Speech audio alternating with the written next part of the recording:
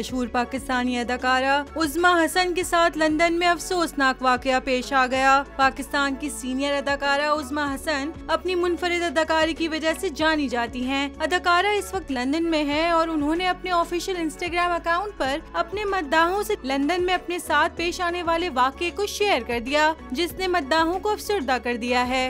उज़्मा हसन ने अपनी Instagram story में लिखा कि गुज़िश्ता रात मुझे लंदन में लूट लिया गया। उन्होंने बताया कि उनका वॉलेट, पैसे, शनाख्ती दस्तावेजात, कार्ड्स और लॉकर की चाबियां भी चली गयी। अदाकारा ने मजीद बताया कि चोरों ने जो सामान लूटा उसमें उनकी मरहूमा वालदा का शनाख्ती कार्ड और उनकी तस्वीर भी थी।